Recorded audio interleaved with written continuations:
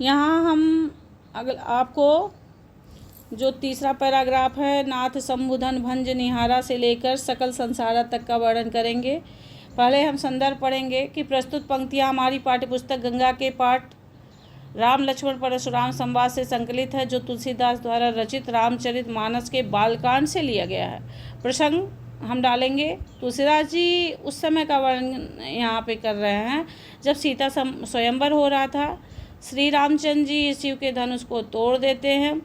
उसी समय वहाँ परशुराम जी का आगमन होता है और परशुराम क्या कहते हैं वहाँ हम भावार्थ में देखेंगे।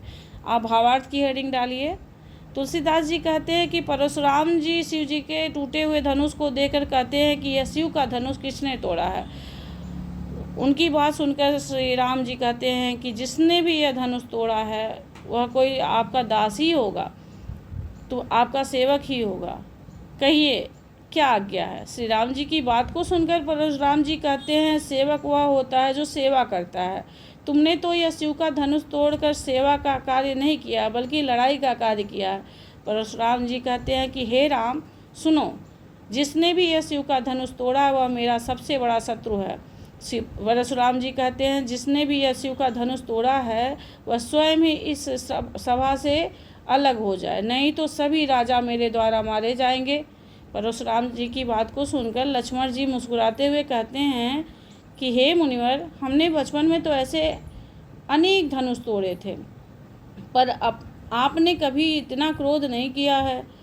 इस धनुष से इतनी ममता क्यों है, इतना मोह क्यों है। लक्ष्मण जी की बात को सुनकर परशुराम जी क्रोध से क्रोधित होकर कहते हैं कि हे बालक, तुम जो कुछ बोल रहे हो काल के वशीभूत होकर बोल रहे हो, मुंह संभाल कर बोलो, क्योंकि तुम शिव के धनुष की तुलना संसार के अन्य धनुषों से कर रहे हो।